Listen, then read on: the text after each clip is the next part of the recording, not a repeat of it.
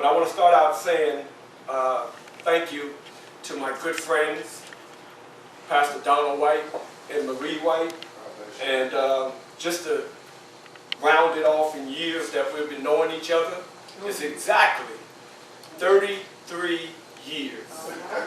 Exactly. Okay. The day we met each other was January the 16th, 1986. That was the first celebration of Martin Luther King's birthday here in Tampa, Florida. And yes, I was walking down Hillsborough Avenue, and right there where that barbecue place sits, right there, right behind Walgreens, that's where the shop was. And I noticed that they had their shop open, and I'm like, wait a minute, what's wrong with this picture? So Donald and Donald got it on, and we've been friends ever since. Amen. We've been covered ever since. Yes, we've been covered, and I always tell Pastor Don that I want to grow up and be like him, and his always response is, be like Jesus. Amen. The next one I want to shine a light on is no other than the Toakleys. Yes. Mr. Toakley, I personally bow to you because in my beginning years as the motivational speaker, and when my first book came out, which was a book of poems, Truth in the Poem, Mr. Toakley had a show on Channel 28, I think it was Channel 10, and he invited me to be his guest. And as a matter of fact, my son at the time, I think he was 15, 16 years old, and I was your guest, and I wholeheartedly thank you. Ms. Toakley, when you were heading the Urban League, I thank you as well for allowing me to come in and do some work with some of your clients there, and the staff as well. So it goes without saying, no man is an island. Amen. No man can do it by themselves.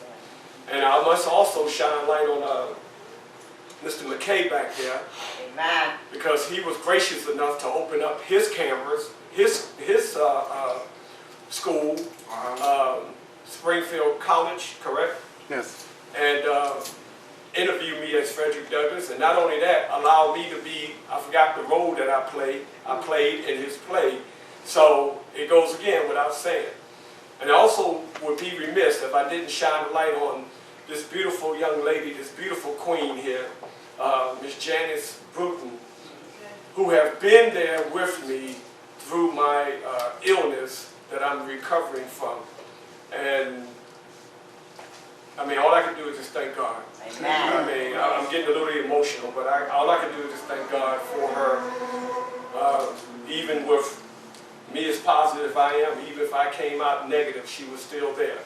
So I just want to bow and say thank you, Janice. Frederick Douglass. Just to let you all know that God has given me a mission. A lot of people ask me, how did I start doing Frederick Douglass? Simple as be, as elementary as it is, standing up one morning, brushing my teeth, and I heard Frederick Douglass 3 times. And at that time, I moved quickly, swiftly, fastly to the Performing Arts Center, which is now the Strass Performing Arts Center. And I reserved the Tico Center Theater. And that's where I did my first presentation. And believe it or not, I still have my cheat sheet. This is my cheat sheet, officially, that I stood there at the podium and read every word. And believe it or not, they gave me a standing ovation. As nervous as I was. But God is good. You know, I hear people say, you know, are you sure you want me to do this, God? I didn't question. I just ran, and I did it. And ladies and gentlemen, I'd like to let you know that I am celebrating my 10th year right now as Frederick Douglass. 2009, 2018, 10 years. And without further ado, I want to let you know that I was born on the Tuckahoe in Eastern Maryland, on the largest plantation, which is known as the Lloyd Plantation. I was born a little slave. I was born Frederick Augustus Washington Bailey. My mother, Harriet Bailey, she would run sometimes 3 times a week with no shoes on through the woods to come see me. No electricity such as you rich folks have today. We would just have a candlelight she would hold me in her arms and she would rock me to sleep, and that's where it's known that I was born on February the 14th, 1818, 201 years ago. As a slave, you have no knowledge of your age or your name. Matter of fact, the pigs and the hogs, they know theirs more than we know ours. Bathing was something that we did out in the pond. In the pond where you wash your clothes, in the pond where the animals did their business, that's where we bathed. They say my father's name was Aaron Anthony. He was a white man. Master, though I was his son, took no pity on me as well. That means that I got whippings like all the other slaves. But Master had a daughter named Miss Lucretia Ard. Miss Lucretia Ard was married to Mr. Thomas Ard. Mr. Thomas Ard had a brother named Hugh Ard, which I'll talk about in a minute. Well, Miss Lucretia Ard did not know that I was her little brother, her little black brother. She treated me fairly well. I contributed to the fact, I like to call it G-E-N-E-S, genes. Our genes had a combination, though she did not know. That's why she was so open with me. Well, when Master Aaron Anthony passed away, oh, forgive me, my grandmother, Betty Barely, who is my mother's mother, cared for me for a certain amount of time until she took me to another home and left me, and I was to never see her again until knowing that she had passed away, until knowing that my mother had passed away. And when you would think when my mother passed away that I grieved. Well, when my mother passed away, it was almost like me throwing away something I didn't need anymore. It was no pain to me because of the fact that our relationship was not long, and you just figure a baby to 7 years old, in between that time, no connection. It came to the fact that one day after Master had passed, Miss Lucretia Ard came to me and told me, Frederick, come to the big house. I go to the big house and she says, you're going to take a bath. I get in the bathtub. This is my first bath in 7 years. Can you imagine? First bath in 7 years. After I took that bath, she put the clothing, a new pair of pants on me, a new shirt on me, and a pair of shoes, and she shipped me to Baltimore. Baltimore, where I would become the slave to Master Hugh Ard, who I mentioned earlier is the brother of Thomas Ard, who is the husband of Lucretia Ard, but Master Hugh Ard's wife, Sophia Ard. I hope you followed all that. And they had a son named Tommy Ard. Tommy Ard was named after his uncle, Thomas Ard. Well, when I rolled up to that house and I got off that carriage, I see the three of them standing there, quite naturally, me, a black kid, a slave. As I got near, as I remembered that we black slaves, we do not look our masters in the face.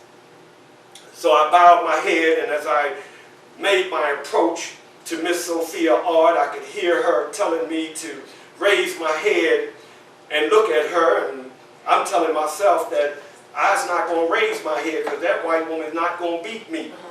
So I keeps my head down. And that I can feel her face in my face, and she takes her hand and she lifts my head up. And as I lift my head up, I come up as such, and I can feel her breath in my face. And she says, Frederick, open your eyes. And again, I think to myself, this lady really want to kill me. So she says again, open your eyes. So I open my eyes such as, and I can see her big blue eyes and her rosy red cheeks and her layer of white teeth. And she says, welcome home, Frederick. And she moves, and Master Ard comes, and he tells me sternly that, Fred, you're here to take care of little Tommy.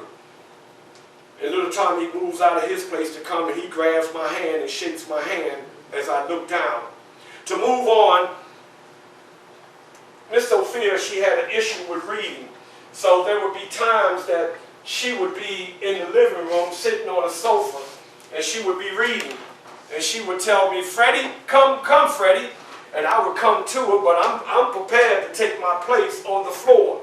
But she says, no, sit right next to me on the sofa where I sit, and we would go reading the Bible. We would go reading newspapers. We would go doing our ABCs. And I must say, when we read the Bible, we read from the New James Version of the Bible, where I would also sometimes sneak out. And I met a gentleman by the name of, we called him Uncle Lawson.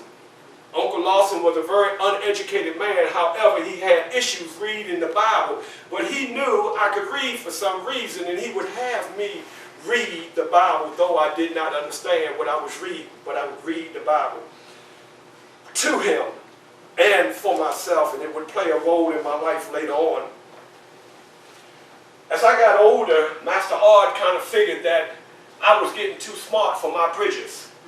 He said that Frederick is speaking not like a slave. Frederick, he has captured the vocabulary. Frederick, he has captured the American language, English. We're going to have to do something about that. So at the age of 16 years old, they shipped me out to Master Corvée. I was there for a year. My first day there, Master Corvée whipped me. He whipped me for 6 straight months. And I must let you know, when I walked on that plantation, I was walking like as such.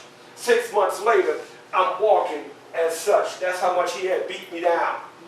And I also recall that one day we were out fanning the meal, and Master came and they told me, Freddie, you need to get up because you know Master is a snake.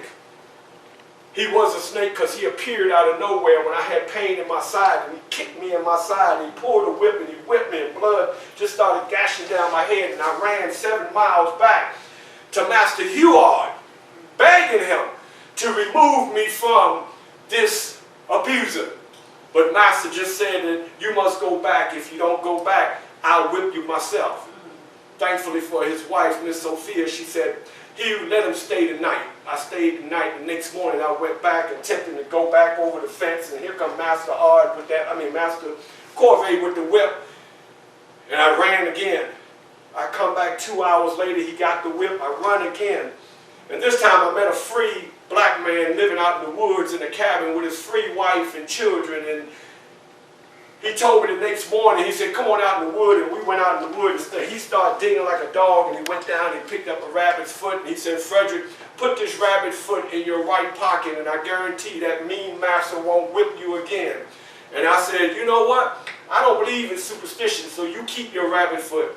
His response to me was, okay, well, if you don't believe, you go back and get that whipping. I said, well, you give me that rabbit foot, and I put it in my right pocket. And I went back there. When I got back there, I took that same right leg and I put it over the fence, and here come Master Corvée, and he grabbed me and he said, welcome home, Frederick. You take the rest of the day off. And I'm thinking, wow, that rabbit foot really worked. Yeah, wow. And he said, you take the rest of the day off, and the next day happened to be Monday. He had asked me to go into the barn and clean out the stalls, which I did. And while I'm in there cleaning out the stalls, and keep in mind, I'm 16 years old and I'm built. He could get $1,000 for me on the slave trade. And he got me in there cleaning the stalls, and all of a sudden the door opened up, and as the door opened up, his master standing there with his whip. And he slashes out with the whip, and he grabs me around my ankle. And as he's pulling me, I managed to grab the whip, and as I grab it, I tie it around my wrist, and I pull him to me. And we start battling, fighting each other. He paused and he said, you must want to die today, huh, Frederick? I said, well, Master, I guess I'm going to die today because you ain't going to whip me no more. Right. And we battled for maybe 2 hours, and I recall the young lady, one of his slaves, she was big and burly. And I said, Lord, please don't let that lady come in there, because if she come in there and get me, I'm done.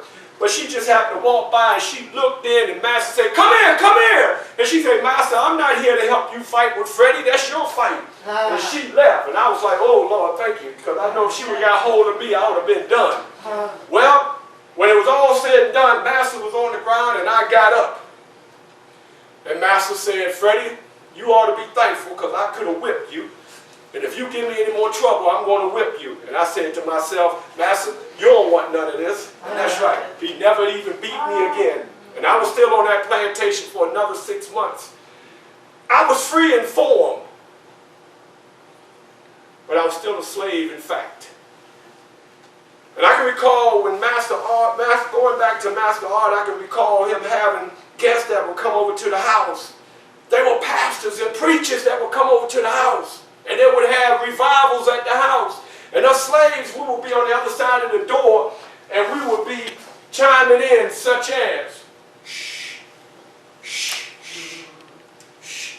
And one pastor got up, I forget his name, but I heard him saying, Lord, as he was praying, Lord, give us the strength we need, and Lord, watch over us and watch over those slaves with their ears to the wall on the other side of this wall, Lord. We were scared because we just knew that Master Ard was going to come and get us, but he didn't. That was kind of another way of my introduction to religion and God, but it was white man's religion.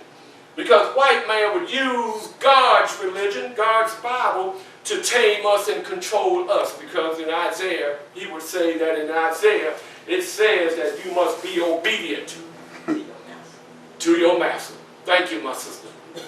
And we were obedient.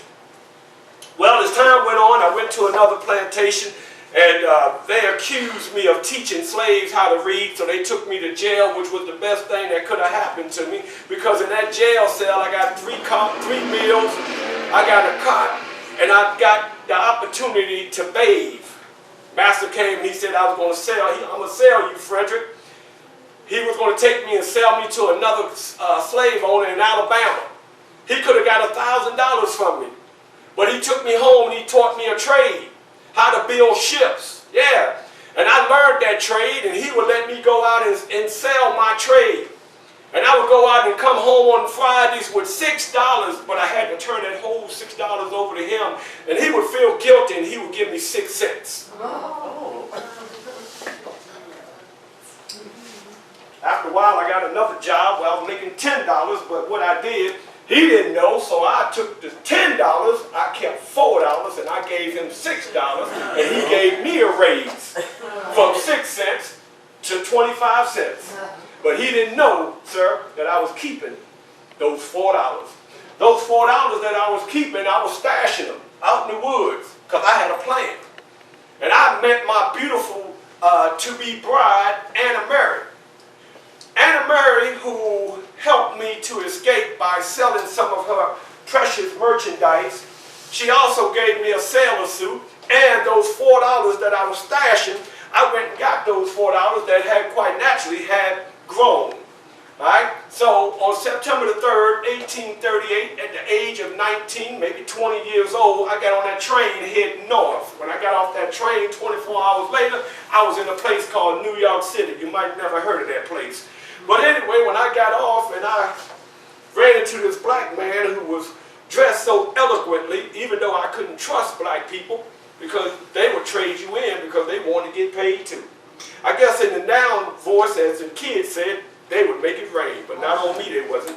But anyway, moving forth, Mr. Rucker, who was attorney, he allowed me to come to his home. I stayed there for 3 days, and on the 3rd day, no, Jesus didn't rise, but on the 3rd day, when I came downstairs, my beautiful wife was sitting down there waiting on me. He had sent all the way back to Baltimore for my wife, Anna. We got married. I changed my name from Frederick Augustus Washington Bailey to Johnson, Frederick Johnson.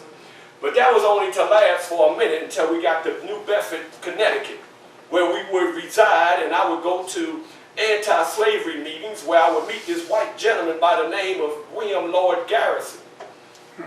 William Lloyd Garrison invited me to get up and speak, and I was probably 21, 22, or maybe even 23 years old, scared as I don't know what. He told me to come on and speak, and I said, sir, I don't have no education. He said, but I heard all about you. Sir? Yes, I heard all about you. And as a matter of fact, I heard so much about you. Hey, Charlie, come here, Charlie. Bring that paper up here, will you? He come up there with a paper called The Liberator. And when he opened up that Liberator and he turned some pages, guess who was in the paper? He had already did a story on me. And by this time, I had changed my name from Frederick Johnson to Frederick Douglass because of a play, Lady on the Lake, from 1 S to 2 S. That's why when you say my name with authority. Not Douglas, but Douglas. Like they say, Dr. King, let freedom reign when you let them S's reign. Douglas. Must sound them off. So anyway, moving on, because my time is getting short here, and I'm 201 years old. I don't want to crinkle and disappear on me. So anyway, as time went on, Mr. Garrison had hired me to be one of his speakers, and he was paying me not $10 a week, but he was paying me $25 a week. So I was making some big money to take care of myself and my wife Anna Mary, and plus the kids that were on the way. My first child, Rosetta. My second child, George. My third child, John. My fourth child, Frederick Jr. And my baby girl, Anna. That's a lot to hold in that head of mine. But anyway, as time went on, we moved to Rochester, New York, where I started my newspaper, the North Star, the Frederick Douglass Weekly, and various other newspapers. And Mr. William Lloyd Garrison, who I love and I had great respect for, him and I, we began to unravel as friends because of the fact of the Constitution. He wanted to fight to do away with the Constitution. I wanted to keep the Constitution because of the fact that the Constitution, we could use it to help fight slavery. Yes, but he didn't see it that way. He felt we had to go away with the whole Constitution to fight slavery, but I said we could use it, and that's what we did. We used it so much that I got a visit to the White House. I got a visit to the White House, and I had to sign a little card. Now, I wasn't invited to the White House, or maybe I was, because I just went. And when I got there, I signed the card, and they say, I know, I hear this. Mr. Frederick Douglass! Mr. Douglass! Frederick Douglass! And I said, oh, that's me. So I made my way up the stairwell, past maybe about 10 white guys just standing there. And as I got to the top of the stairwell, I heard, just as I was getting ready to turn the corner, I heard one of those white fellas say, look at that. They let them Negroes in the White House. But I made my way on to the Oval Office. And when I got to the Oval Office, there he was, stretched out as such. And when I got in there, he said, come, have a seat. And then all of a sudden he stood up. And when he stood up, all I could do was go in amazement at how tall this man was. Who was this man? President Abraham Lincoln. He was tall and skinny. Yes, sir. He was 6 feet 4 inches. He was 2 feet taller than me because I was 6'2". Yes, sir. And we sat there and we talked, and I said, Mr. President, if I could borrow one of these chairs real quick. Now, I got to show you this. It's only for our younger generation. When Mr. President told me to have a seat, I said, yes, sir. Now, please understand, for the young people in here, I didn't sit down such as, yo, homie, what up, baby? Yeah. I didn't sit down such as, yeah, we gonna be on fire tonight, baby. I didn't sit down like, yo, we're gonna be lit, homie. No, I was dignified.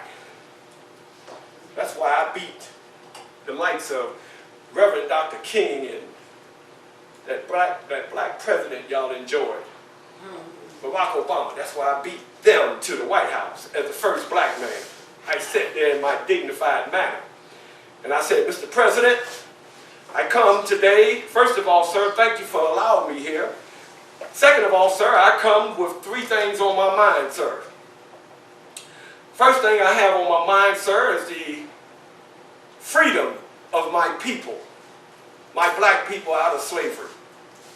The second thing on my mind is the door opening for black men can enter into the Civil War.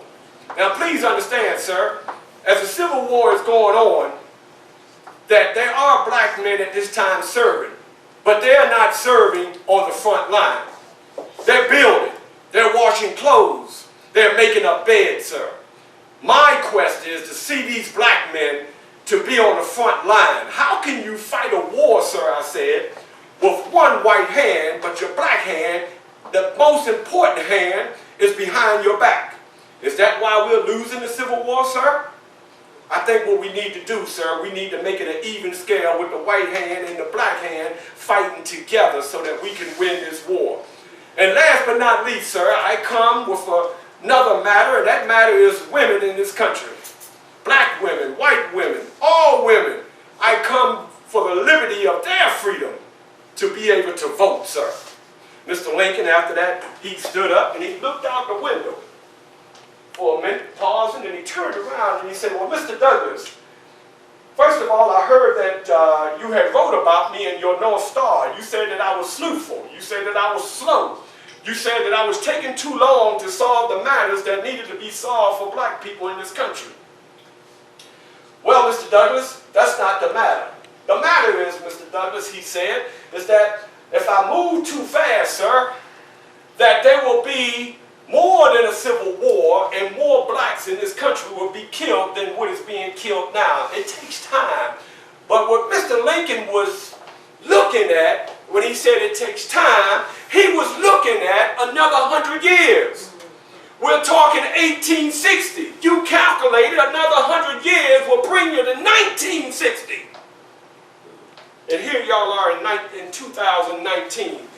That would be somewhat 40 or 50 some years later. You're just getting out of slavery. That wouldn't work. Well, I left and I went on back to Rochester, New York, and the night of January 1 came and it was cold, frigid outside, but all of us in Rochester, we were outside just waiting on the word. Waiting on the word. And here comes the Pony Express. Hail G, hail G, hail G! He jumps off the horse and he unravels this long document that he has and he begins to read.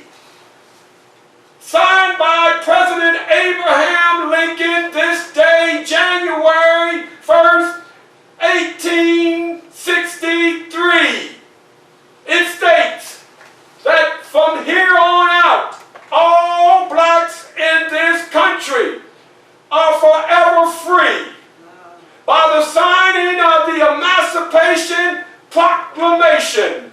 And from there we cheered and we went into the thank you, Lord, hallelujah, praising our Lord God for our freedom.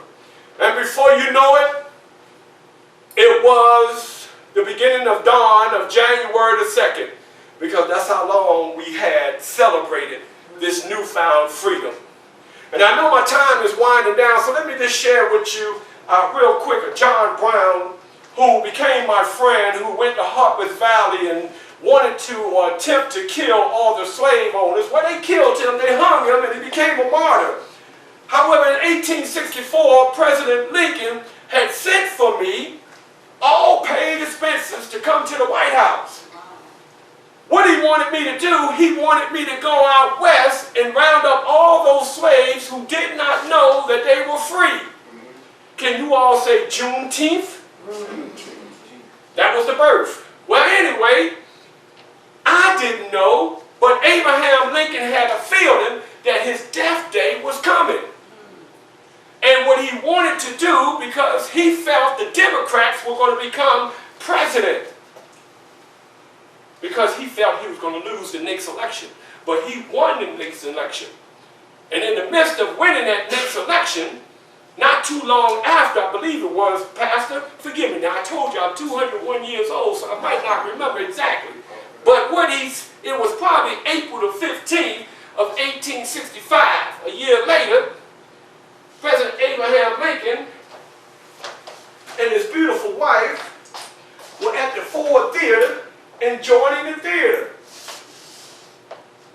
The next thing you know, in his private booth, a sick man came in and shot him in the back of the head. John Wilkes Booth. The same man that's supposed to be down on stage in the play. He was absent from the play to assassinate the President of these United States. Well, after President Lincoln was assassinated, maybe about a year later, they created what is now known in Washington, D.C. to this day, the Lincoln Memorial Park. There was a white man speaking. They saw me in the audience and said, Mr. Douglas, get up and speak. Well, I got up and spoke, and I told them, I said, Mr. Lincoln was not the black man's president. We, as black people in this country, we were God children, we were adopted children. But you white people, you were his children, his blood children. Mr. Lincoln was no friend of the black people. But I must tell you, though, he was not, we still must cherish Mr. Lincoln. And the reason we must cherish Mr. Lincoln, because he had gall enough, he had strength enough, he had wisdom enough, and he had maturity enough to sign the Emancipation Proclamation freeing us black folks in this country. And because of that, Mr. Lincoln became the friend of the black people, even though we were still his God children, even though we were still his what? Adopted children. We forever shall hold Mr. Lincoln on high. Thank you, Mr. Lincoln, I said. And as I went to make my exit from the stage, Miss Mary Lincoln, his beautiful bride, came before me and she gave me his cane. She gave me her husband's cane that still sits in my home in Washington, D.C., Anacostia. Moving on, I became the first black man to be president of the Freeman National Bank. I became the first black man to be the Order of Deeds. I became the first black man to be Marshal of Washington, D.C., escorting the one and only President Ulysses S. Grant around the city. I became also the first black to have government post in Haiti for 2 years. My wife died. After 40 years, Anna died. It took me so far down into depression. And a young lady that you never even heard of to this day. Now when I mention her name, don't say you heard of her because I just said her name. But a young lady by the name of Harriet Tubman. You never heard of her, that's right. I figured you did because you're scratching your head wondering who she was. And Ida B. Wells. They became my good friends, and because of them, they helped me to recover. Well, 2 years later, at the age of 66 years old, I married a young lady who was my secretary, Helen Pitts, who was a white woman. Yeah, I crossed over. My daughter Rosella was very upset at me, and they kind of disowned me. And Miss Pitts' family disowned her as well. But even so, after we got back from maybe about a 6-month tour all over the world, I still was not finished because I even took more office. And I told a lot of our blacks not to leave South, but they left and they went up to Kansas City, and God bless them, because not too long after the Klan came through and just blew up the whole city and killed X amount of my brothers and sisters, even though I told them not to leave, but they called me an old black man with no knowledge who had gave in to the white cause, which I had not.